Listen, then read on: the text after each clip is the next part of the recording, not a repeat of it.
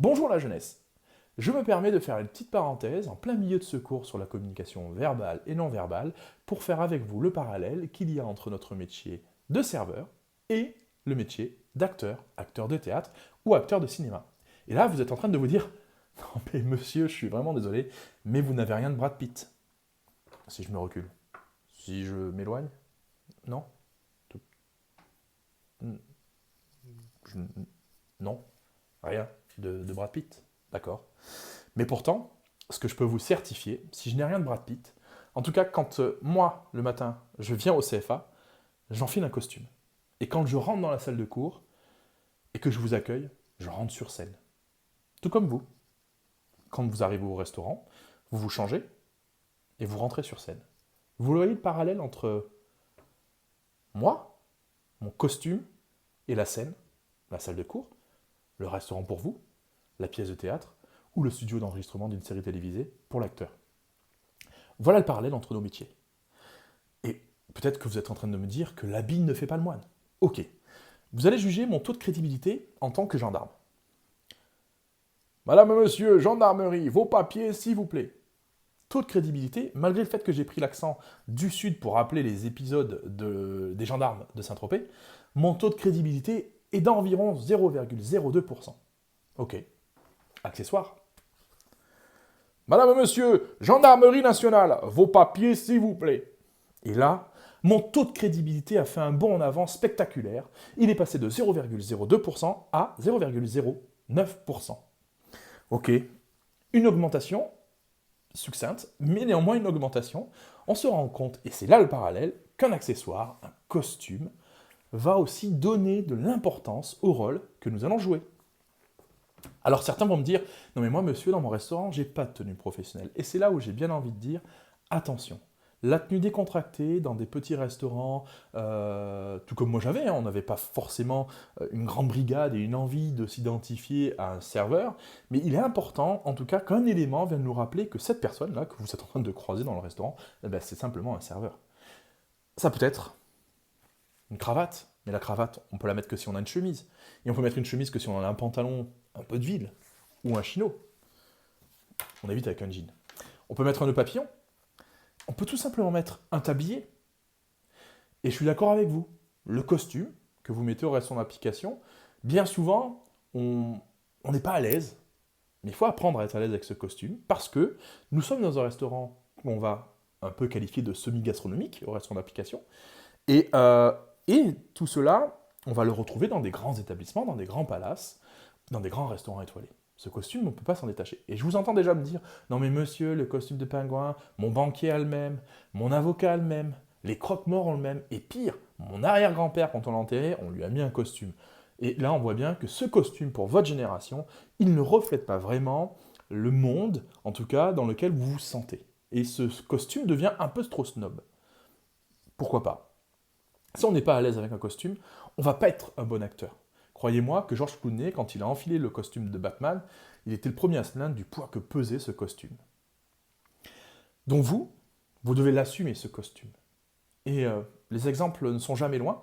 Combien de fois un apprenti, en matière générale, en cours, très décontracté, jogging, basket, voilà, équipe de foot, très langage plutôt familier, loin de ce qu'on attend en tout cas d'un serveur dans un restaurant, mais pourtant, passer la porte du vestiaire du restaurant d'application et une fois les clients arrivés au restaurant d'application, ce jeune a bien compris que son rôle de la vie de tous les jours de cette communauté à laquelle il s'identifie, de jeunes en sportswear, et son rôle de serveur, il fait un bond naturel et vraiment sans que moi je l'y force, il joue un rôle et il va adapter sa communication, adapter sa posture, adapter sa gestuelle, adapter sa façon de se mouvoir dans le restaurant. Donc vous êtes déjà capable de le faire seul, vous vous l'imposez déjà seul. C'est là où quand on parle de communication non verbale, la tenue, c'est l'élément qui est le plus facilement maîtrisable. Il va être difficile pour nous, et même pour moi, je suis sûr, si je regarde la vidéo maintenant que je suis en train de faire, j'ai dû avoir plein de gestuels ou de petits signes sur mon visage que j'étais incapable de maîtriser. Pourtant, croyez-moi, au moment où je me filme, j'essaie d'être le plus neutre possible. Ma personnalité fait que, sans doute, je bouge, je gesticule un peu trop. Mais en tout cas, Je peux maîtriser ma tenue professionnelle. Je peux maîtriser ma coiffure. Je peux maîtriser mon aspect général. Et c'est là aussi où quand on parle de tatouage, que bien souvent on veut bannir de notre métier, on ne peut plus vivre dans une époque où on devrait bannir le tatouage. Je demande à ce qu'il soit discret. Je demande à éviter qu'il soit dans le cou, sur le crâne ou trop visible. Ça donnerait une image de vous bien trop particulière parce que le tatouage est un élément de langage non verbal. D'accord? Est-ce que là vous le voyez donc ce parallèle que je viens de faire entre le métier de serveur et le métier d'acteur?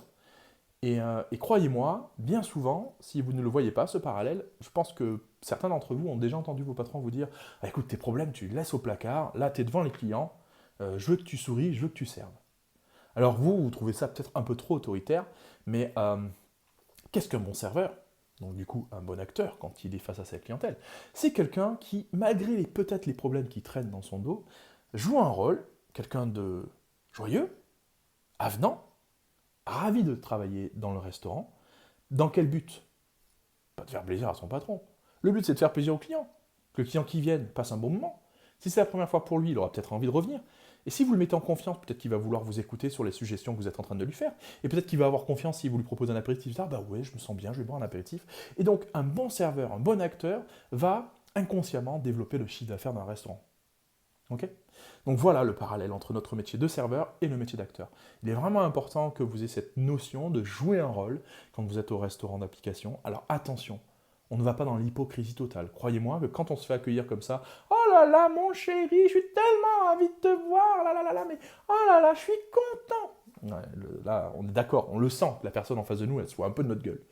On ne va pas revoir la pyramide de Maslow, mais en tout cas, quand on accueille le client, on n'est pas. Mais si ça va pas bien dans notre vie, on va pas l'accueillir. Ah, ça va pas très bien, mon chat est mort hier soir. Non, le client il s'en fout que notre chat il soit mort. Honnêtement, il s'en fout. Il est venu manger, il a envie de passer un bon moment. Donc nous, face au client, on joue un rôle. Madame, monsieur, je suis vraiment ravi de vous voir. C'est exagéré. Mais en tout cas, bonjour madame, bonjour monsieur, vous allez bien? On joue un rôle. Vous le jouez déjà. Et je vous impose ce jeu, reste en application. Donc j'espère que vous voyez bien cette notion de ressemblance entre nos métiers. Et je vais vous demander maintenant de faire un peu plus attention quand on va faire du management avec nos commis, d'aussi leur montrer l'importance qu'a leur tenue ou leur façon de se tenir. Quand un commis n'a pas vraiment grand-chose à faire, il va y avoir une posture à adapter. On ne va pas le laisser comme ça couder au bar ou à mâcher un chewing-gum en plein service. C'est de votre responsabilité. Et mâcher un chewing-gum ou s'accouder comme ça à attendre qu'il y ait du travail, c'est un élément de langage qui renvoie au professeur et au client, bah là, celui-là, il se la coule douce quand même. Ok? Donc voilà, vraiment, notre rôle, notre posture, la communication non verbale, tout ça c'est lié. Et tout ça, il est important d'y faire attention. Alors j'espère que ça a été clair.